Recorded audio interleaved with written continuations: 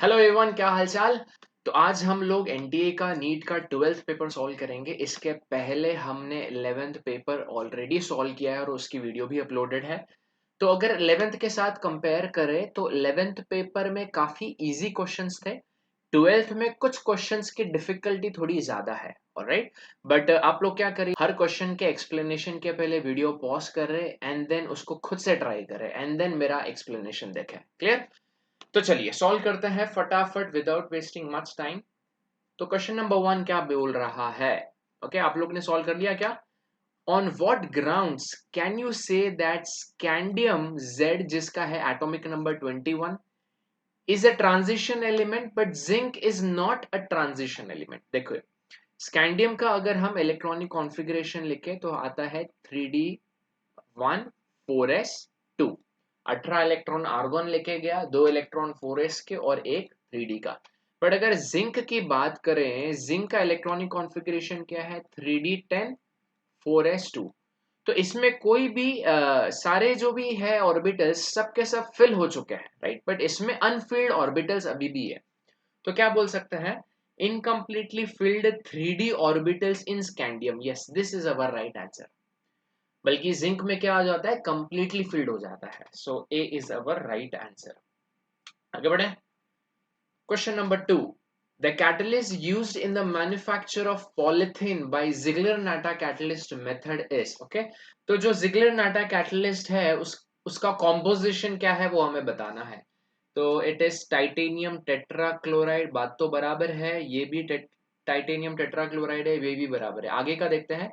Triphenyl aluminium दिया है, this is wrong, it is triethyl aluminium. ये अपना राइट आंसर है, बी। तो याद रखिएगा, it is TiCl4 plus C2H5 three times और यहाँ पर है aluminium. This is the combination of compounds in Ziegler Natta catalyst. आगे बढ़े।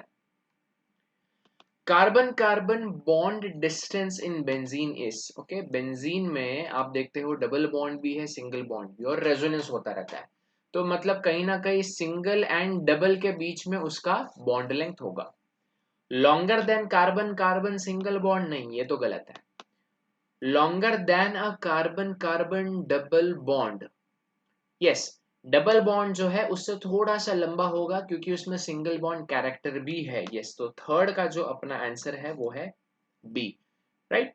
तो बड़ा सिंपल सा क्वेश्चन था। रेजोनेंस अगर आपको पता है, double bond single bond character, तो ये आंसर आ जाएगा। आगे बढ़े। क्वेश्चन नंबर 4 अगेन कौन सा? सॉलिड स्टेट का आ गया यहाँ पर।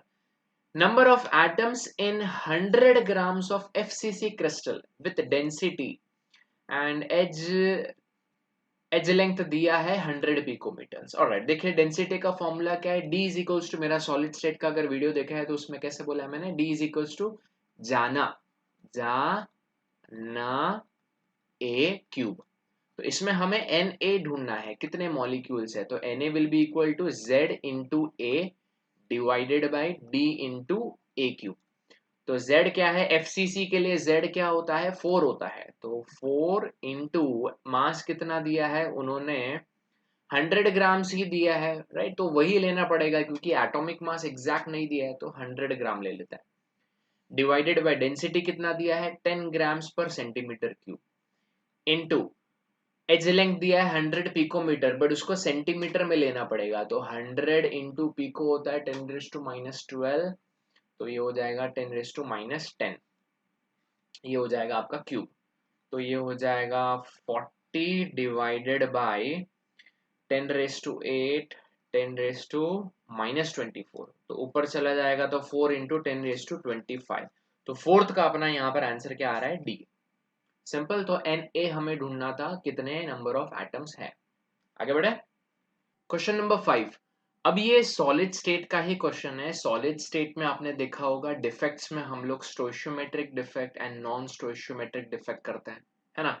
तो सॉलिड स्टेट का बोल लो या तो फिर जो फर्स्ट चैप्टर है some basic concepts of chemistry, उसका बोल लो, क्योंकि उसमें भी स्टीरियो केमिस्ट्री बोल रहा हूँ, स्टोइशियोमेट्री आता है ना। सो क्या बोला है कि 1.44 ग्राम टाइटेनियम। तो टाइटेनियम है अपने पास कितना? 1.44 ग्राम।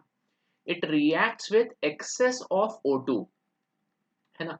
तो क्या देता है, it produces x gram of non stoichiometric compound that is titanium 1.44 और एक ऑक्सीजन है, सिंगल ऑक्सीजन है। What is the value of x in grams?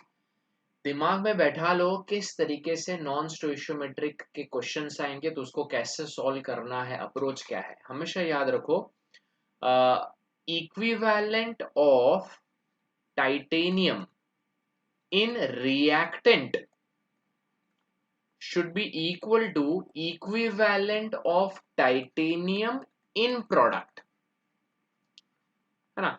तो इक्विवेलेंट का फॉर्मूला क्या है, जैसे नंबर ऑफ मोल्स का फॉर्मूला क्या होता है, given mass upon molar mass. Number of equivalent का फॉर्मूला क्या है, गिवन मास अपॉन मोलार मास, नहीं इक्विवेलेंट मास। तो यहाँ पे मैं लिखूंगा given mass upon equivalent mass. Alright, I just erase this. Given mass क्या दिया है, डायरेक्टली देख लेते हैं। गिवन मास दिया है 1.44। अब इसमें कितने टाइटेनियम के एटम्स हमने लिए हैं, एक, तो इनटू 1 लिखूंगा, divided by what is the molar mass of titanium, 48 है, ये पता होना चाहिए। Science teacher, scandium titanium atomic number is 22 which will be equal to, अभी इसमें पूरे कंपाउंड का, यहाँ पे टाइटेनियम का वजन था 1.44, यहाँ पे पूरे कंपाउंड का वजन क्या है, x, और उसमें टाइटेनियम कितना है, 1.44 है ना। इस तरीके से आपको ये सॉल्व करना है, डिवाइडेड बाय पूरे कंपाउंड का मास क्या है वो आपको लेना पड़ेगा। तो पूरे कंपाउंड का यहाँ पे मास क्या है, टाइटेनियम का 48 होता है, बट टाइटेनियम सिर्फ 1.44 है, प्लस आ जाएगा ऑक्सीजन का 16। Clear? So when you solve this students, देखो यही अप्रोच है, इसी अप्रोच से आपको नॉन स्टोइशियोमेट्री के क्वेश्चन सॉल्व करने हैं। When you solve this you should get the answer C. तो मैंने अप्रोच बता दिया है, कैलकुलेशन मैं पूरा करते जाऊंगा तो वीडियो लंबी बन जाएगी, राइट। तो आप वीडियो को पॉज करो बच्चों और इसका कैलकुलेशन खुद से देखिए, ऑप्शन सी आ रहा है कि नहीं। ये जो भी वीडियो है इसका मकसद क्या है, इसका मकसद ये है कि क्वेश्चन आए तो उसका क्या अप्रोच रख के उसको सॉल्व करना, ये मैं आपको समझाऊं, right. That is the whole motto of these videos. आगे बढ़ते हैं, question number 6। 2.56 into 10 raised to minus 3 equivalent of KOH is required to neutralize this acid of this gram. What is the atomic mass? अच्छा, atomic mass of X is, ये पूछा है, what is the atomic mass of X? ये जो अंदर X है ये कौन सा एलिमेंट है हमें पता नहीं, बट यहाँ पे क्या चीज दी है, H2 H2XO4 क्या है, it is a dibasic acid. तो यार डाई बेसिक एसिड है तो हमें तो दिमाग में H2SO4 आ रहा है, और अगर S है वो, तो S है तो डायरेक्टली आंसर D होना चाहिए ना, 32। तो भी कैसे सॉल्व करना है, चलो इसको देख लेते हैं। सेम मेथड कि भैया number of equivalent of KOH will be equal to number of equivalent of H2XO4, है ना। अभी नंबर ऑफ इक्विवेलेंट का फॉर्मूला क्या है, गिवन, अच्छा उन्होंने तो ऑलरेडी इक्विवेलेंट दिया है 2.56 into 10 raise to minus 3 equal to, इनका मास कितना दिया है 0.12544 अपॉन गिवन मास, अपॉन क्या लेंगे, इक्विवेलेंट मास लेंगे। बट इक्विवेलेंट मास क्या होता है, इक्विवेलेंट मास होता है मोलार मास डिवाइडेड बाय उनका एसिडिटी या बेसिसिटी। यहाँ पे डाई बेसिक है तो 2 लेंगे, तो molar mass m divided by 2, m will be equal to what, 0.12544 into 2 divided by 2.56 into 10 raise to minus 3। ये छोटा सा कैलकुलेशन तो चलो हम ही इधर कर लेते हैं, 8 ये हो जाएगा 10 5 0, okay, into 10 raise to 3 divided by 2.56। अब इसको मैं लिख लेता हूँ 2.5088 इंटू 10 रेज टू 2 हो जाएगा, और 2.5 कैंसिल, मतलब अप्रोक्सीमेटली 100 के अराउंड आंसर होगा। तो जब H2XO4 का पूरा मास को से 100 में से उसका मास माइनस कर दोगे तो X का आपको आएगा आंसर D, 32 ही आएगा। क्लियर? और हमें पता है ना यार H2SO4 का मोलार मास कितना होता है, 98 होता है, तो अप्रोक्सीमेटली उतना ही आया ना। चलो आगे बढ़े, क्वेश्चन नंबर 7 बड़ा ही बेसिक क्वेश्चन है। ये आपका एस ब्लॉक एलिमेंट्स का क्वेश्चन है। Which of the following is पर ऑक्साइड? पर ऑक्साइड बोले तो गांधी जी का चश्मा याद रखो यार, गांधी जी का चश्मा इस तरीके से, ये -1 मतलब 2 ऑक्सीजन है और टोटल टकले पे -2 चार्ज है। यहाँ पे पोटेशियम प्लस है बट 2 ऑक्सीजन के ऊपर माइनस ही चार्ज है, ये सुपर ऑक्साइड है। पोटेशियम सुपर ऑक्साइड बहुत सही कमाल का कंपाउंड है, इससे हम लोग ऑक्सीजन प्रिपेयर कर सकते हैं और कार्बन डाइऑक्साइड डिक्रीज कर सकते हैं। मेरे एस ब्लॉक के वन शॉट में मैंने इसका कवर किया है ये topic. Barium is always 2 plus, तो ऑक्सीजन -2 होगा, तो यही अपना आंसर है, option B. Clear? Question number 8, if activation energy EA of the reaction is equal to RT, then देखो यहां पर केमिकल काइनेटिक्स का क्वेश्चन है, तो क्या है, K is equals to A E raise to minus EA upon RT। अब क्या बोल रहा है, EA is equal to RT, तो ऊपर और नीचे न्यूमरेटर डिनोमिनेटर कैंसिल हो जाएगा, E raise to -1, therefore K is equals to A upon E ऐसे लिख सकता हूं, तो जो टकले पे -1 है वो हट जाएगा। अभी क्या करें, चलिए, तो K is equals to A, E का वैल्यू क्या आएगा बताइए, what is the value of E? तो E का वैल्यू क्या है, 2.71। जैसे पाई का वैल्यू फिक्स्ड होता है ना, दैट इज 22/7 3.14, वैसे ही यहाँ पे E का वैल्यू फिक्स्ड है, तो आप कहीं पे लिख लीजिए E इज इक्वल्स टू 2.17, है ना। तो अप्रोक्सीमेटली अगर आप देखें, अगर ये 3 होता तो 0.33 आता, बट उससे ज्यादा आएगा, तो A इंटू 0.37 ले लेते हैं, तो मल्टीप्लाई बाय अगर 3 कर मल्टीप्लाई बाय 100 करेंगे तो कितना 37% आएगा ना। तो देखिए rate constant becomes, that is rate constant K becomes approximately equal to 37% of the Arrhenius constant frequency factor, तो B is our right answer. तो यहाँ पर सबसे पहले तो ये फॉर्मूला पता होना चाहिए था, और दूसरी बात ही E का वैल्यू पता होना चाहिए, तो आंसर आ जाता। डन, आगे बढ़े। नेक्स्ट क्वेश्चन नंबर 9, सिंपल सा क्वेश्चन है, आपने सॉल्व कर लिया। अब बेसिकली ये हाइड्रोलिसिस का क्वेश्चन है इन प्रेजेंस ऑफ एसिड। तो PHCH2, अमीर को अमीर बनाएंगे, तो अमीर को अमीर बनाएंगे तो ये CH3 हो जाएगा, ये प्लस हो जाएगा। बट हमेशा याद रखिए, अगर बेंजाइलिक कार्बन के ऊपर इस कार्बन के ऊपर प्लस चार्ज आया तो ज्यादा स्टेबिलिटी होता है, तो हाइड्राइड शिफ्ट होके CH प्लस यहाँ पे आ जाएगा, you will have CH2 CH3, and आगे जाके जो OH है वो इस कार्बन पे आ जाएगा। So your right answer is option C. Simple है कि नहीं? नेक्स्ट, मोल कॉन्सेप्ट का बड़ा ही सिंपल क्वेश्चन है ये, आप लोग खुद से भी सॉल्व करिए। अभी इसमें सिर्फ इतना पता होना चाहिए कि नंबर ऑफ ग्राम मॉलिक्यूल्स का मतलब क्या, नंबर ऑफ ग्राम मॉलिक्यूल्स का मतलब नंबर ऑफ मोल्स ही पूछ रहे हैं वो लोग, है ना। तो number of moles of oxygen molecules बोले तो O2 कितना होंगे, और कार्बन मोनोऑक्साइड इतने मॉलिक्यूल दिए। अब देखिए 6.02 इंटू 10⁻23 कार्बन मोनोऑक्साइड मॉलिक्यूल्स में ये कितना होता है, 1 मोल होता है ना। इसमें कितना ऑक्सीजन है, हम ऐसा बोल सकते हैं इसमें हाफ मोल ऑफ O2 है, ऐसा बोल सकते हैं ना, हाफ मोल ऑफ O2 मतलब एक सिंगल ऑक्सीजन हो गया। अब हमारे पास यहाँ पे दिया है 6.02 इंटू 10⁻24 CO दिया है, मतलब 10 से मल्टीप्लाई करना है, तो 10 divided by 2 that is 5 moles of O2। Answer आ गया ना, 5 मोल्स ऑफ O2, तो आंसर है ए, 5 ग्राम मॉलिक्यूल्स। डन, सो 10th का आ गया ए। आगे बढ़ता है 11th, बड़ा सिंपल सा क्वेश्चन है, SN2 का कॉन्सेप्ट पता होना चाहिए आगे आपको। तो एक कंपाउंड दिया है, when reacts with KOH in presence of water through SN2 reaction the stereochemistry of the product becomes. देखो SN2 में क्या होता है, बैक साइड अटैक होता है, उसके वजह से इन्वर्जन ऑफ कॉन्फ़िगरेशन होता है। सन2 सन SN1, इसका वीडियो अलग से मैंने बताया है, एकदम डिटेल में आप देखिएगा, है ना। उसमें काफी सारे ट्रिक्स है एकदम डिटेल में, मतलब SN1 वर्सेस SN2 वो सारी चीजें नहीं, बट शॉर्टकट्स वगैरह बहुत सारे दिए उसमें। अब देखिए ये वाला कायरल कार्बन है अपना, सबसे पहला प्रायोरिटी आएगा Br को, उसके बाद में इथाइल को, उसके बाद में मिथाइल, एंड देन हाइड्रोजन। तो कौन से डायरेक्शन में जा रहा है ये, एंटी क्लॉकवाइज, मतलब एस होगा। बट लास्ट में क्या देखा जाता है, हाइड्रोजन जो लोवेस्ट प्रायोरिटी है वो आगे अबव द प्लेन नहीं होना चाहिए, बिहाइंड द प्लेन होना चाहिए, बट ये तो अबव द प्लेन है, तो एस के बदले क्या लिखेंगे, आर। सो जो रिएक्टेंट है उसका कॉन्फ़िगरेशन आर है, तो प्रोडक्ट का कॉन्फ़िगरेशन क्या हो जाएगा, आर से एस। सो 11th का your answer is what, B. Clear. अगर ये SN1 होता तो इसमें inversion as well as retention होता, तब आंसर क्या आता, mixture of R and S, मतलब रेसिमिक मिक्सचर बनता। चलिए ये था क्वेश्चन नंबर 11, आगे बढ़े।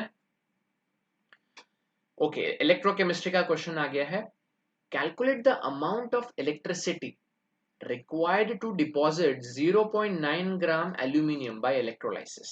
अब देखिए ये रहा रिएक्शन। अब एल्यूमिनियम जो है Al+3 होता है ना। एल्यूमिनियम का एटॉमिक मास कितना है स्टूडेंट्स, 27। बट वहीं पे अगर मैं उसका इक्विवेलेंट मास पूछूं तो कितना होगा, 27 डिवाइडेड बाई 3, क्योंकि वो 3 इलेक्ट्रॉन एक्सेप्ट करता है और एल्यूमिनियम बच जाता है, तो इसका आंसर क्या आएगा, 9 ग्राम। तो देखो 9 gram aluminium will be deposited bye 1 Faraday, क्योंकि 1 फैराडे 1 इक्विवेलेंट को ही डिपॉजिट करता है। अपने को क्या पूछा है, 0.9 ग्राम एल्यूमिनियम, तो आंसर क्या होगा, 0.1 फैराडे।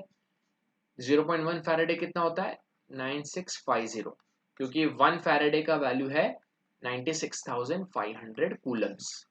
तो 9650 कहां पर है, या 9.65 इंटू 10⁻3, दैट इज 12th का आंसर हो गया ए। क्लियर, सिंपल सा क्वेश्चन है, आगे बढ़ता है। Question number 12, the vapour pressure of water at 20 degrees Celsius is 17.54 mmHg। ठीक है, तो देखते हैं क्या क्या दिया है। तापमान दिया है, प्रेशर P नॉट लिख लेते हैं, P not A 17.54, weight of solute दिया है। अपने लिए अच्छी बात क्या है कि नॉन आयोनिक है, मतलब डिसोशिएट नहीं होगा, 20 ग्राम। वेट ऑफ सॉल्वेंट दिया है कितना, 100 gram. Vapour pressure lowered by, मतलब डेल्टा पी दिया है इन्होंने 0.3। What is the molar mass of the substance B. अब देखिए इसमें फॉर्मूला क्या है, delta P is equals to P not A into X B, lowering of vapour pressure का फॉर्मूला है ये, सोल्यूशन इन कॉलिगेटिव प्रॉपर्टी में हमने ये डिस्कस किया है।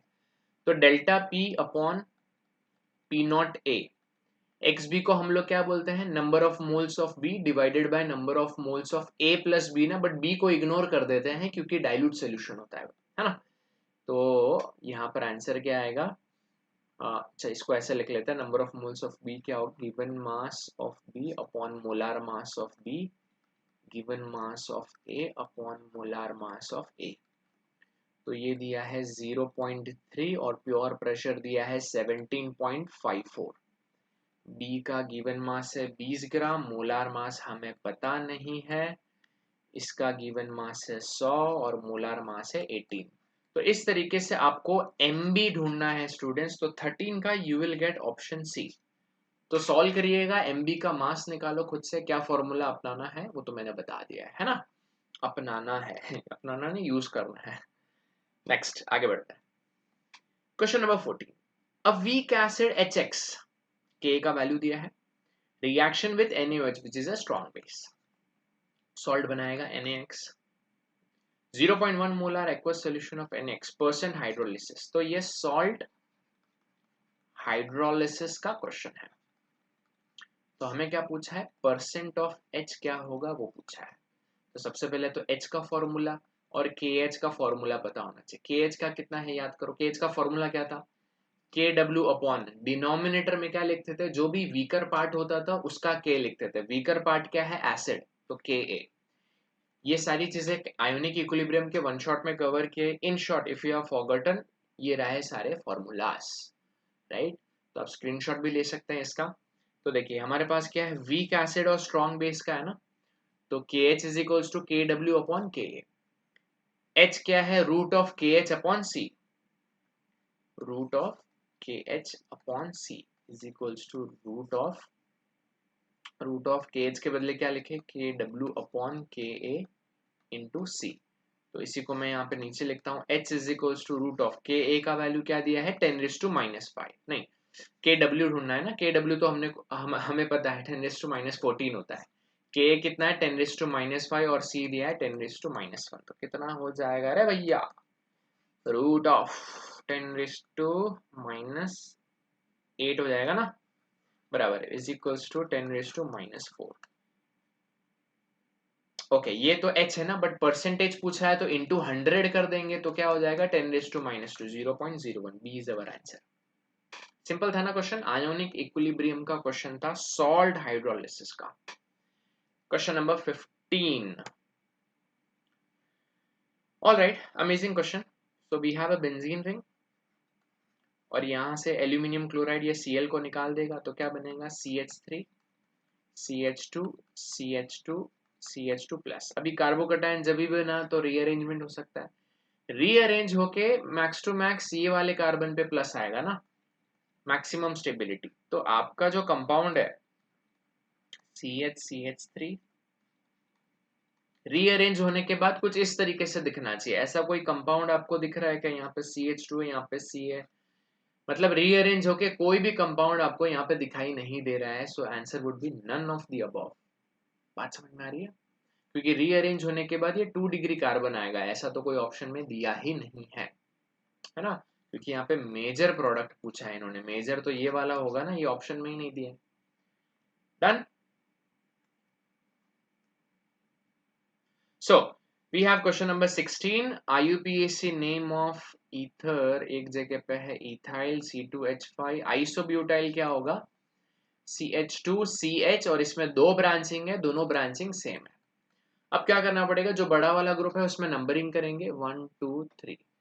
तो फर्स्ट पोजीशन पे इथॉक्सी और सेकंड पोजीशन पे मिथाइल, फर्स्ट पोजीशन पे इथॉक्सी है, सेकंड पोजीशन पे मिथाइल एंड देन प्रोपेन। बच्चों वाले क्वेश्चन पूछ रहे हैं आईयूपीएससी के, ठीक है। तो चलो आईयूपीएससी जो हमने पढ़ा था वो वेस्ट नहीं गया, यहाँ पे पूछा जा रहा है ना।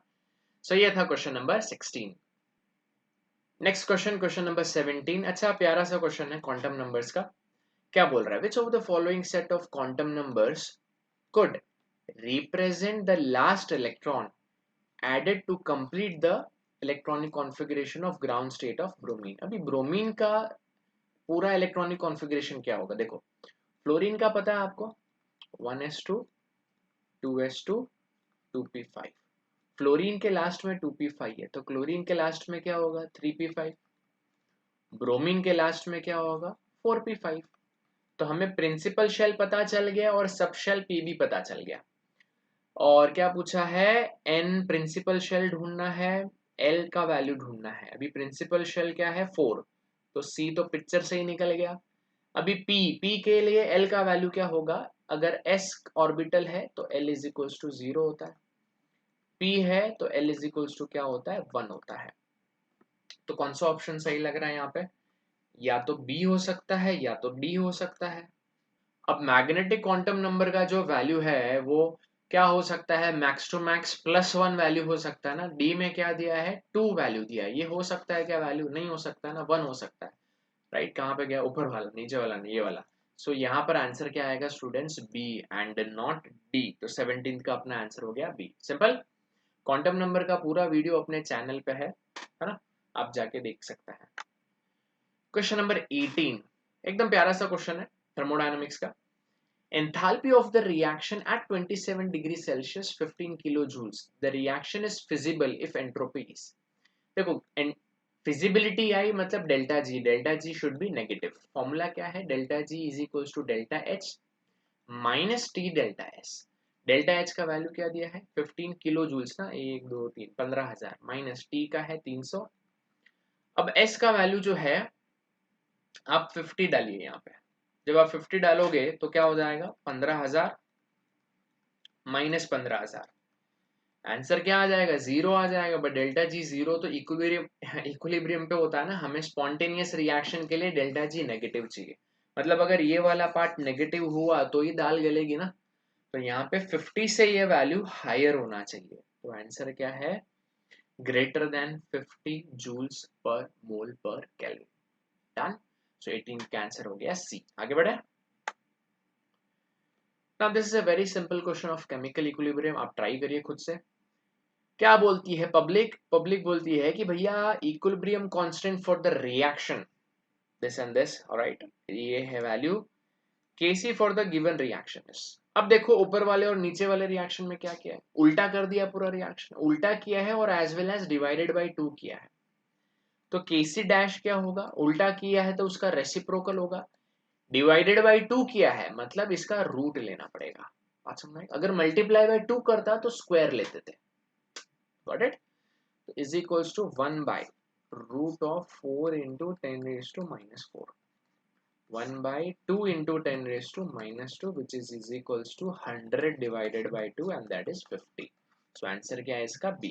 19th का आंसर आ गया B। सिंपल। तो ये सारी चीजें मैंने केमिकल इक्विलिब्रियम के वन शॉट में करवाई है, आप जाके देख सकते हैं अगर आपने नहीं देखा है तो।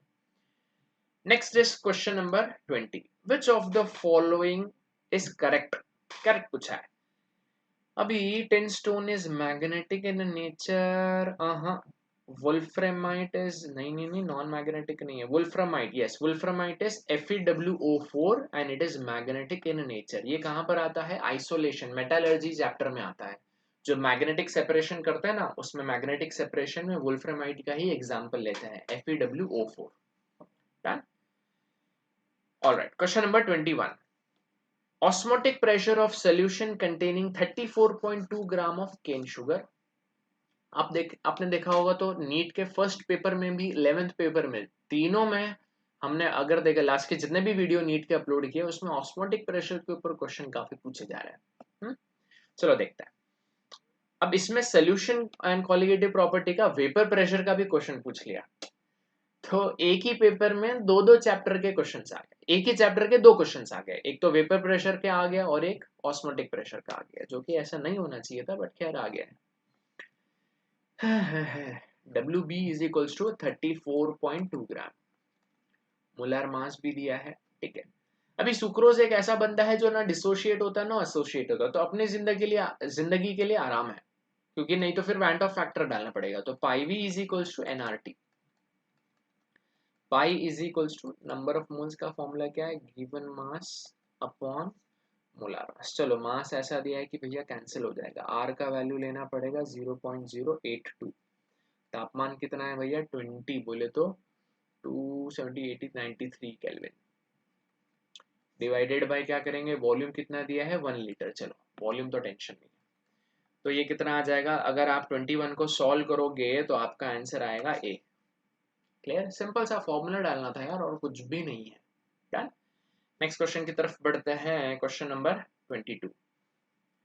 Alright, so we have a phenol, phenol जिसको पोलियो हो गया लग रहा है, हाँ। फिनॉल में हमने क्लोरोफॉर्म डाला है एंड NaOH डाला है। सो ये सैलिसैल्डिहाइड देता है, ओके। बोले तो OH के बाजू में आ जाएगा CHO। ये कौन सा रिएक्शन है याद करो, रेमर टेमन रिएक्शन है। अल्कोहल फिनॉल्स एंड ईथर्स के सारे नेम रिएक्शन के शॉर्टकट मैंने दिए हैं, वो वीडियो भी मैंने अपलोड की है। तो यहाँ पे क्या होता है, यहाँ पे CHCl3 जो है ब्रेक डाउन होके बनाता है CCl जब कार्बन दो बॉन्ड बनाता है और एक लोन पेयर होता है उसके पास, उसको बोलते हैं कार्बीन। सो ये है dichlorocarbene, this is the intermediate which is form. तो कहां पर है ये, बी, डाइक्लोरोकार्बिन, है ना। अगर आप चाहते हो कि Reimer Tiemann and Kolbe's reaction की डिटेल मैकेनिज्म वीडियो में अपलोड करूं तो कमेंट सेक्शन में आप बताइएगा, है ना। Next, when aniline is treated with sodium nitrite at 0 degree Celsius with HCl। बच्चों का क्वेश्चन पूछा है, एनिलीन को अगर डायazonium में कन्वर्ट करना है तो नाइट्रस एसिड चाहिए, और nitrous acid sodium nitrite and HCl से आता है। तो आंसर इसका स्ट्रेट अवे क्या हो जाता है, बी। अगर आपको ये नहीं आ रहा है ना यार, तो मतलब ऑर्गेनिक केमिस्ट्री के तो लग गए मैं डिमोटिवेट नहीं करना चाहता हूँ, but this is one of the most basic question of organic chemistry. बहुत सारे लोग वीडियो देख रहे हैं, एग्री भी करेंगे। Which of the following statement about hydrogen is incorrect? चलो देखते हैं। हाइड्रोजन हैज 3 आइसोटोप्स, यस पूरे दिल से हम एग्री करते हैं। Of which tritium is most common. Oh, दिल दुखा दिया ना, जिंदगी में ऐसे ही होता है, पहले दिल जीतते फिर दुखा देते यार। ठीक है चलो, एनीवेज सबकी अपनी अपनी कहानी है ना कमेंट सेक्शन में इसके बारे में कोई कुछ नहीं पूछेगा। सो आंसर इसका स्ट्रेट अवे क्या हो गया, ए। ट्रीटियम ज्यादा कॉमन नहीं है भाई, वो तो रेडियो एक्टिव है, थोड़े चंद दिनों का मेहमान है यार, वो तो जल्दी डीके हो जाता है। 25 the angle between overlapping s orbital and p orbital. ओहो, कौन सा p ऑर्बिटल ओवरलैप कर सकता है, pz। कैसे ड्रॉ करूं, इस तरीके से, और s ऑर्बिटल इस तरीके से। तो ये लोग इस तरीके से ओवरलैप करते हैं, तो बाउंड एंगल कहाँ दिख रहा है भैया, 180 डिग्री। तो स्ट्रेट अवे आंसर क्या आएगा, ए। डन, सिंपल सा क्वेश्चन था। नेक्स्ट क्या है, at 25 degree Celsius pH of water is 7। ओहो, thank you so much for the enlightenment, हमें तो पता ही नहीं था। When temperature of water is increased to 70 degree Celsius, ओहो हो, ठीक है, pH of water and nature of water is। आप मुझे बताइए, सिंपल सी बात है, आप घर पे जब पानी को गर्म करते हो, ठीक है, पानी पहले न्यूट्रल था, आप जब गर्म कर रहे हो और गर्म पानी सपोज पीते हो, तो क्या पानी एसिडिक या बेसिक हो जाता है क्या, नहीं ना, राइट। तो वो न्यूट्रल का न्यूट्रल ही रहता है, तो यहाँ पे बिकम्स एसिडिक, चल तेरी की गलत है। रिमेन्स न्यूट्रल, हाँ ये सही हो सकता है। रिमेन्स कांस्टेंट एट 7, ये हो सकता है, हो सकता है, हाँ। रिमेन्स न्यूट्रल, ये भी हो सकता है। अब देखते हैं क्या होता है ना, जब आप पानी को गर्म करते हैं तो डिसोसिएशन ज्यादा होता है, तो H प्लस भी बढ़ता है, OH माइनस भी इंक्रीज होता है। इसका मतलब pH का वैल्यू भी डिक्रीज होता है और OH का वैल्यू भी डिक्रीज होता है ना, POH का वैल्यू भी डिक्रीज होता है, तो pH विल इंक्रीज, ये गलत दिया है। तो इसका आंसर है 26 का D, pH will decrease but the sample will remain neutral. मतलब आपका न्यूट्रल पॉइंट उस टाइम पे 7 नहीं होगा, लेट्स से न्यूट्रल पॉइंट आपका 6 हो जाएगा, है ना। आई होप आपको समझ में आया। H प्लस और OH माइनस ज्यादा डिसोशिएट करता है, तो pH also goes down, POH also goes down, but the neutrality remains the same। neutral point lower हो जाएगा, but solution will be neutral। Answer is D। Done, चलो भैया आगे बढ़ता है।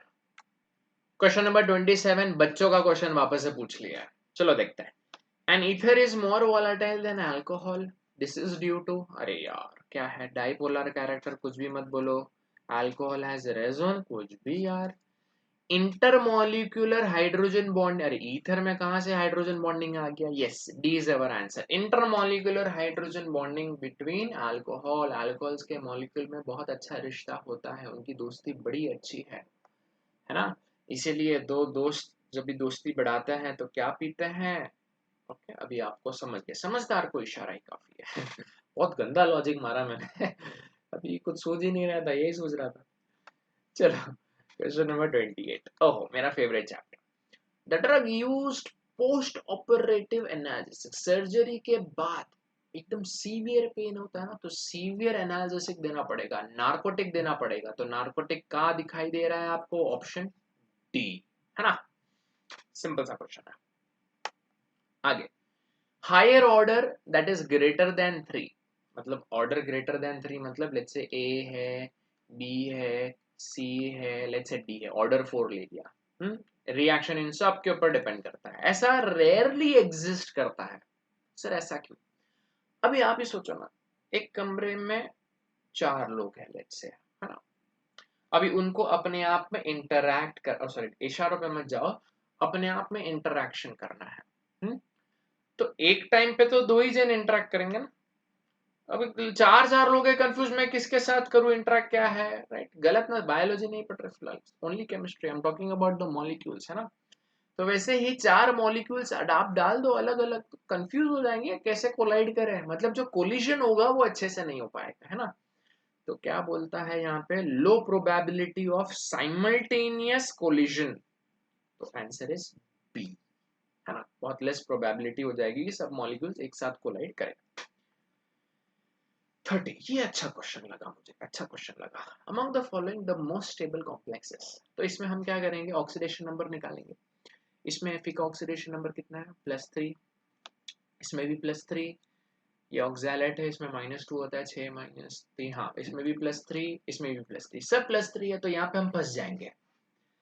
बट अभी हमें लिगैंड की तरफ दिखना है, ये यहाँ पे लिगैंड, ये क्या है, मोनोडेंटेट, यहाँ पे भी ये भी मोनोडेंटेट है, यहाँ पे ये बाइडेंटेट है, बाइडेंटेट, और यहाँ पे Cl क्या है, मोनोडेंटेट। तो ऑड में आउट निकालो तो सी अपना आंसर हो सकता है। और होता क्या है, ये ऑक्सैलेट है, ऑक्सैलेट इज बाइडेंटेट, तो वो क्या बनाता है, चिलेट्स बनाता है। चिलेटिंग एजेंट है, चिलेट मतलब इट्स लाइक दांतों से ऐसा पकड़ लेते हैं सेंट्रल मेटल एटम को, तो बहुत अच्छी स्टेबिलिटी हो जाती है चिलेशन करने के बाद। सो इसीलिए आंसर क्या आएगा यहाँ पे, सी, है ना। बहुत ही अच्छा इंटरेस्टिंग क्वेश्चन था। नेक्स्ट बात करते हैं question number 31। Phenol is a weaker acid than acetic acid, ऐसा क्यों? अब देखो यहाँ पे सवाल उठता है कि फिनॉल जब OH माइनस डोनेट कर देगा तो O माइनस बनेगा और बहुत सारे रेजोनेटिंग स्ट्रक्चर बनाता है, बहुत सारे बनाता है, अप्रोक्सीमेटली 5। बट एसिटिक एसिड जब OH माइनस डोनेट करता है तो सिर्फ 2 ही रेजोनेटिंग स्ट्रक्चर्स आपको दिखाई देता है। तो भी ज्यादा एसिडिक ये क्यों है? जितना ज्यादा रेजोनेटिंग मतलब जितना ज्यादा नेगेटिव फैलेगा उतना ज्यादा एसिडिक होना चाहिए ना, तो फिनॉल आंसर आना चाहिए, बट इसमें आंसर है एसिटिक एसिड। ऐसा क्यों? क्योंकि एसिटिक एसिड में जो 2 रेजोनेटिंग स्ट्रक्चर्स है ना, वो इक्विवेलेंट रेजोनेटिंग स्ट्रक्चर्स है, दोनों की शक्ल देखो सेम है। इसके वजह से स्टेबिलिटी बहुत ज्यादा हो जाती है, बहुत मस्त खुश हो जाता है एकदम मॉलिक्यूल। अरे इसकी आंखों को क्या हो गया, खुश हो जाता है, ओ अभी आंखें मस्त बन गई ना, खुश हो जाता है। तो इसमें आंसर क्या है, phenoxide ion is better stabilized by resonance, नहीं, acetate ion is better stabilized by resonance than phenoxide, yes, B is our answer, है ना। so this is the reason। और दूसरा रीजन ऐसा बोल सकता है, फिनॉल में रेजोनेंस के बाद कार्बन के ऊपर इलेक्ट्रॉन्स जाता है, एसिडेट में रेजोनेंस के बाद ऑक्सीजन पे इलेक्ट्रॉन्स जाता है। कार्बन ने तो कभी जिंदगी में इलेक्ट्रॉन्स मांगा ही नहीं ना, ऑक्सीजन मांगता रहता है, तो ऑक्सीजन को इलेक्ट्रॉन्स मिलेगा तो ज्यादा खुश होगा, है ना। तो इस तरीके से याद रखिए। क्वेश्चन नंबर 32, ये थोड़ा सा ट्रिकी क्वेश्चन है, चलो देखते हैं। Acidic strength of HBr is greater then HCl, yes, हम पूरे दिल से एग्री करते हैं, HBr का बॉन्ड लेंथ बड़ा है तो जल्दी टूटेगा।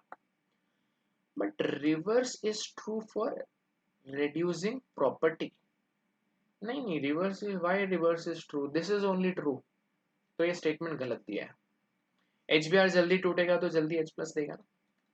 Next, basic strength of PH3 is greater then ASH3, all right, but the reverse is true for their bond angle. देखो NH3 PH3 ASH3, जैसे जैसे नीचे जाता है बॉन्ड एंगल क्या होता है, डिक्रीज होता है, but the reverse is true for, नहीं, ASH3 का बॉन्ड एंगल ज्यादा नहीं है, PH3 का बॉन्ड एंगल ज्यादा है, तो ये भी गलत दिया है। Dipole moment of CH3Cl is greater then CH3, ये सही बात है, गलत बात नहीं है। देखो हमको क्या लगता है ना, CH3F CH3Cl, हमें फॉर्मूला क्या है डाइपोल मोमेंट का, mu is equals to Q into L। तो हमें लगता है कि फ्लोरीन बहुत ज्यादा इलेक्ट्रोनेगेटिव है, तो बहुत ज्यादा नेगेटिव चार्ज आएगा, और क्लोरीन पे नेगेटिव चार्ज थोड़ा सा ही आएगा, yes I do agree. But fluorine इतना छोटा होता है ना कि इसका L का वैल्यू डिक्रीजेस टू मच, उस चक्कर में क्लोरीन का dipole moment is greater then fluorine compound. बात समझ में आ गई, तो ये तो बराबर दिया है। But reverse is true for HCH bond length, मतलब ज्यादा बॉन्ड लेंथ फ्लोरीन में होगा, यस, जैसे आप नीचे नीचे जाओगे बॉन्ड लेंथ डिक्रीज होता जाएगा, yes, C is our answer. Alright, वापस से सारे ऑप्शन को एक बार वीडियो पॉज करके देखिएगा, समझिएगा अच्छे से, है ना। ऐसा नहीं कि मैं एक्सप्लेन करते जा रहा हूँ आप वही फ्लो में पूरा, आप चाहिए तो बीच बीच में वीडियो को पॉज करो और एनालाइज करो क्वेश्चन, है ना। क्वेश्चन नंबर 33 क्या बोल रहा है, which of the following statement in relation to hydrogen atom is correct. Hydrogen atom क्या, H 1s1, आगे क्या है 2s होता है, नहीं, 2s 2p कुछ भी नहीं, 3s 0, 3p 0, 3d 0, है ना। मतलब ऑर्बिटल्स तो क्या है, आगे सब 0 0 ही है, तो 3s 3p 3d orbitals all have same energy, all have same energy बोल रहे हैं, ठीक है। 3s 3p orbitals is lower than 3d, actually इसका आंसर स्ट्रेट अवे ए होना चाहिए, क्योंकि यार आगे ऑर्बिटल्स में इलेक्ट्रॉन्स ही नहीं है ना, तो जो 1s का एनर्जी है वही आगे वालों का एनर्जी है, वैसे तो एग्जिस्ट नहीं करते हैं आगे वाले, बट होंगे आगे, जितना भी रास्ता है इलेक्ट्रॉन्स भरने का उनका एनर्जी तो सेम ही होगा, so A should be the closest answer here. क्या, नेक्स्ट, ओहो ये कौन सा चैप्टर आ गया, ये आपका पी ब्लॉक आ गया, carbon family. SiCl4 on hydrolysis, 4 water पीता है ये, 4 बॉटल पी लेता है तो ये बन जाएगा क्या बन जाएगा, SiOH 4 टाइम्स, इसको हम लोग H4SiO4 ऐसा भी लिखते हैं, इसको बोलते हैं सिलिसिक एसिड। तो ये कहाँ पे दिया है, ऑप्शन बी में दिया है और डी में दिया, और क्या बोला है, it loses water at 1000 degree Celsius. जब आप सिलिसिक एसिड को हीट करोगे तो आपको सिलिका मिलता है, सिलिका कहाँ है, ऑप्शन डी में, सो बी नहीं है, option D is your answer. और ये मैंने पी ब्लॉक के वीडियोस में कवर किए हैं। आगे बढ़े, क्वेश्चन नंबर 35, बहुत ही इंटरेस्टिंग क्वेश्चन है, मतलब चांदी बनानी है, चांदी, तो ये सवाल आपको आना चाहिए। ड्राई सिल्वर है ना, वॉशिंग सोडा लिया है Na2CO3। देखिए यहाँ पे चांदी आपको 4 लेनी है, उसके लिए वॉशिंग पाउडर 2 ही काफी है, वॉशिंग पाउडर बड़ा पावरफुल है, 2 ही वॉशिंग पाउडर काफी है। अब यहाँ पे आपको सिल्वर क्लोराइड लेना है, चांदी नहीं, सिल्वर क्लोराइड बोला ना, सिल्वर क्लोराइड। अब क्या होगा, सोडियम इज मोर रिएक्टिव, तो सिल्वर क्लोराइड AgCl से क्लोराइड छीन के बाहर निकाल लेगा, तो बचेगा 4 सिल्वर, और सोडियम क्लोराइड के साथ भग जाएगा, और कार्बोनेट है तो carbon dioxide and O2 gas मिलेगा। बैलेंसिंग के लिए यहाँ पे 4 लिख देता हूँ। बात समझ में आ गई, तो यहाँ पर आंसर क्या आएगा, सिल्वर ए। 35 का आंसर हो गया ए। आगे बढ़े, क्वेश्चन नंबर 36। यार आप लोगों को बहुत फास्ट तो नहीं लग रहा है ना कि सर धड़ाधड़ पढ़ा रहे, धड़ाधड़ पढ़ा रहे, बीच में कुछ भी टाइम पास नहीं है। अपने को स्पीड ज्यादा पसंद है, क्या करें, आई लाइक स्पीड, है ना। हाँ तो मैं चाहता हूँ कि कम टाइम में पूरा एक्सप्लेनेशन खत्म कर दूं, क्योंकि 25-25 मॉक टेस्ट है यार, आप कब पढ़ोगे, जिंदगी भी तो जीनी है ना। चलो डिस्कस कर लेते हैं ये भी। क्या लिखा है भैया, इलेक्ट्रॉन एफिनिटी, पूरा वीडियो देखिएगा, जाइएगा मत कहीं पे। Electron affinity of Cl is 3.7 electron volt. इसका मतलब क्या है, Cl जब एक इलेक्ट्रॉन एक्सेप्ट करके Cl माइनस बनता है तो वो कितना एनर्जी रिलीज करता है, 3.7 electron volt. How much energy released in kilo calories when 2 gram gaseous chlorine atom is converted into Cl minus. देखिए 1 मोल के बारे में, 1 मोल ऑफ क्लोरीन के बारे में पहले बात कर लेते हैं। 1 मोल ऑफ क्लोरीन मतलब कितना होता है, 35.5 ग्राम्स। इसमें कितना एनर्जी लगेगा अपने को, 1 मोल, देखो 1 मोल ऑफ Cl एटम जब एक्सेप्ट कर रहा है तो कितना बन रहा है, 3.7 इलेक्ट्रॉन वोल्ट। बट वो लोग हमसे किस में मांग रहे हैं, किलो कैलोरीज, तो it will be into approximately 23 kilo calories होता है। तो आपके पास ये आ गया 3.7 इंटू 23, है ना। बट ये किसके लिए है, 35.5 ग्राम क्लोरीन के लिए है, कितना, 3.7 इंटू 23। अपने को कितना दिया है, सिर्फ 2 ग्राम क्लोरीन दिया है, तो उसके लिए x, तो x will be equal to 2 into 3.7 into 23 divided by 35.5। तो स्टूडेंट्स आप ये सॉल्व करिएगा, you should get the answer A, simple. तो ये कि आपको 1 electron volt is equals to 23 ये पता हो तो आसान हो जाएगी जिंदगी। आगे बढ़े, क्वेश्चन नंबर 37, ऑर्गेनिक केमिस्ट्री का क्वेश्चन, माय फेवरेट। सो देखिए बड़ा सिंपल है, जब आप ये अल्कोहल है सेकेंडरी कॉन्क H2SO4 डाल रहे हो, मतलब आप डिहाइड्रेशन कर रहे हो, तो यहाँ पर इसका हो जाएगा डिहाइड्रेशन, यहाँ पर डबल बॉन्ड आ जाएगा। फिर Cl in presence of H2O डाल रहे हो, मतलब आप क्लोरीन को भी ऐड कर रहे हो। लेट्स अज्यूम डबल बॉन्ड ऊपर था, तो यहाँ पर मैं Cl लिख देता हूँ और यहाँ पर OH लिख देता हूँ। उसके बाद में साइनाइड डाल रहे हो तो Cl को, C को मैं नीचे बनाता हूँ। साइनाइड जब आप डाल रहे हो तो यहाँ पे क्या आ जाएगा, Cn, और यहाँ पे आ जाएगा OH। जब आप हाइड्रोलिसिस करोगे तो साइनाइड का हाइड्रोलिसिस हो जाएगा, ये बन जाएगा COOH, और यहाँ पे आ गया OH। इसके बाद में जब आप ऑक्सीडेशन करोगे तो कार्बोक्सिलिक का तो ऑक्सीडेशन नहीं होगा, वो तो कंप्लीटली ऑक्सीडाइज है। ऑक्सीडेशन किसका होगा, OH का इंटू डबल बॉन्ड O। तो यहाँ पर आंसर क्या है आपका, क्या पूछा है, ई पूछा है ना, so E is your C option. Simple है कि नहीं, बहुत ही सिंपल, बहुत ही सिंपल ऑर्गेनिक केमिस्ट्री का मिक्स्ड क्वेश्चन पूछा था ये। Question number 38, alright, states of matter का क्वेश्चन है, इंटरेस्टिंग क्वेश्चन है। कैलकुलेट द टोटल प्रेशर, एक 10 लीटर का सिलेंडर दिया है और उसमें इतना हीलियम, ऑक्सीजन और नाइट्रोजन भर दिया है। टेम्परेचर ये है और आर का वैल्यू दिया है। अब देखो अपने पास फॉर्मूला क्या है, PV is equals to NRT, right. तो अभी यहाँ पे मिक्सचर ऑफ गैसेस दिया है ना, तो n जो है टोटल नंबर ऑफ मोल्स लेना पड़ेगा। तो number of moles of helium कितना है, He given mass upon molar mass 4 that is 0.1। Number of moles of oxygen क्या होगा, गिवन मास अपॉन मोलार मास कितना है यार 32। तो ये कितना होता है, ये कितना हो जाएगा भैया, अगर मैं इसको 16 ले लेता हूँ, 32 ले लेता हूँ, इंटू 10⁻⁻1, भैया कितना हो जाएगा 5 इंटू 10⁻⁻2, बराबर कि नहीं, if I'm not wrong 0.05 हो जाएगा, बराबर। n ऑफ n2 कितना हो जाएगा 1.4 डिवाइडेड बाय 28, मेरे ख्याल से इसका भी आंसर आएगा 0.05। तो ये क्या हो गया 0.05 प्लस 0.05 प्लस 0.1, तो ये हो जाएगा 10, 0.2 हो गया ना। तो आप डालिए इसमें PV is equals to NRT, तो P इज इक्वल्स टू क्या हो जाएगा 0.2 इंटू 0.082 इंटू टेम्परेचर कितना है 300 डिवाइडेड बाय वॉल्यूम कितना दिया है उन्होंने 10 litre. So when you solve this guys, you should get the answer A। ठीक है, तो चेक करिएगा A आ रहा है कि नहीं। आगे बढ़े 39। हाँ ये जरा मुझे काफी इंटरेस्टिंग क्वेश्चन लगा। अब देखो आपको आ रहा है कि नहीं, क्या बोल रहे हैं, X जो गैस है उनके कितने एटम्स है, NO divided by 4 atoms are converted into X plus, मतलब ये कन्वर्ट हो जा रहे हैं X प्लस में। कैसे कन्वर्ट होंगे, जब एक इलेक्ट्रॉन डोनेट कर देंगे ना, तो कितना एनर्जी यूज हो रहा है E1। उसके बाद में X जो है इलेक्ट्रॉन एक्सेप्ट करने के बाद X माइनस में भी कन्वर्ट हो सकता है। इसका एनर्जी था E1, इसका एनर्जी है E2।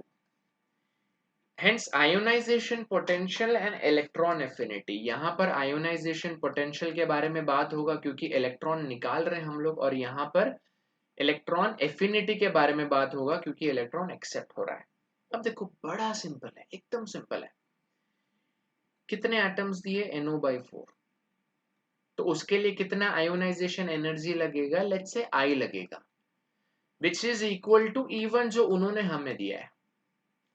तो देयरफॉर यहाँ पर I क्या हो जाएगा, I will be 4E1 divided by N0, 4E1 divided by N0, ये हो सकता है या ये हो सकता है। चलो अभी यहाँ पे देखते हैं, N0/4 इंटू लेट्स से क्या ले लेते हैं, इलेक्ट्रॉन एफिनिटी, यहाँ पे E ले लेता हूं मैं, will be equal to what, will be equal to E2, therefore E is equals to 4E2 divided by NO।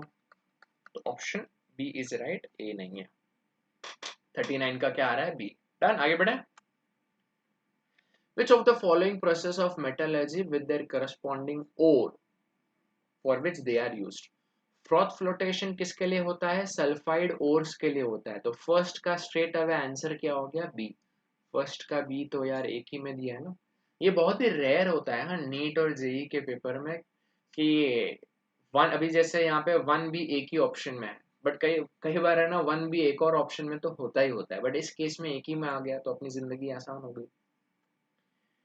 आगे question number 41, cow milk an example of natural emulsion is stabilised by. ना उसमें क्या होता है, emulsifier होता है या emulsifying agent होता है। यहाँ पर क्या है, इमल्सिफाइंग एजेंट केसिन, ये टाइप का जनरल नॉलेज है। मिल्क में जो इमल्सिफाइंग एजेंट है केसिन, जब आप नींबू डालते हो तो केसिन का स्ट्रक्चर डिस्ट्रॉय हो जाता है। तो ऑयल अलग, वाटर अलग, फैट अलग है, वाटर अलग। ठीक है, आगे बढ़े। 42, आयोडीन जो है IF7 बना सकते हैं, बाकी आपने देखा नहीं होगा कि ClF7 या BrF7 बनाता है। हेप्ट हेप्टाक्लोरीन में, हेप्टाफ्लोराइड में सिर्फ एक ही कंपाउंड एग्जिस्ट करता है। आपने इंटरहैलोजन कंपाउंड पढ़ा होगा तो उसमें F7 में सिर्फ एक ही था। ऐसा क्यों, क्योंकि आयोडीन का साइज इज बिगर ना, तो ज्यादा एटम्स को एकोमोडेट कर सकता है, सिंपल सी बात है। तो इसका स्ट्रेट अवे आंसर क्या हो जाएगा, आपको क्या लग रहा है क्या होगा, C. Larger iodine atom can accommodate more number of fluorine atoms, एकदम कॉमन सेंस का सवाल था ये तो। Next, which of the following occurs in the among the following the following reaction occurs in the blast furnace where the ion is reduced, ठीक है, ये आएगा यहाँ पे Fe2O3 है, क्या है ये Fe2O3। किसका कॉन्सेंट्रेशन चेंज करने से इक्विलिब्रियम डिस्टर्ब नहीं होगा? देखो केसी में हम कॉन्सेंट्रेशन जब लिखते हैं तो किसका कॉन्सेंट्रेशन हम लोग कांस्टेंट रखते हैं? सॉलिड का ना, ये रहा सॉलिड, क्योंकि सॉलिड का कॉन्सेंट्रेशन हम 1 लेते हैं, यूनिटी लेते हैं, तो Fe2O3 को ऐड करोगे तो इक्विलिब्रियम के ऊपर कोई असर ही नहीं आएगा, तो आंसर इसका स्ट्रेट अवे क्या है? सी। सिंपल। चलो next 44th question. Which among the following phosphorus is most reactive? Most reactive है ना, इसलिए एटमॉस्फेयर के साथ आया कांटेक्ट में तो भैया आग पकड़ लेता है वो। कौन है वो? White phosphorus. कौन है वो? White phosphorus. In fact black black phosphorus अगर आया वो तो थर्मोडायनामिकली मोस्ट स्टेबल होता है। ब्लैक आजकल बहुत ट्रेंडिंग है ना, ठीक है। CH3CH2 है ना, सो CH3CH2 और यहाँ पे भी आप देखो तो यहाँ पे भी C3 है, H4 नहीं, 4 किधर है, 6। तो मॉलिक्यूलर फॉर्मूला दोनों का सेम है, सिर्फ ये स्ट्रेट चेन है और वो रिंग में, तो दोनों के कौन से आइसोमर है? ये बी, रिंग चेन आइसोमर्स है, राइट। तो students with this we are done with 12th paper, है ना। आई होप मैंने फटाफट सारे क्वेश्चंस अच्छे से कवर किए, आपको पसंद आया होगा। पसंद आया तो यार लाइक कर दो, शेयर करो अपने फ्रेंड्स के साथ, राइट। कमेंट भी करना अगर कोई क्वेरी हो, कुछ भी हो, I am there for you. मिलते हैं very soon in the next video, bye.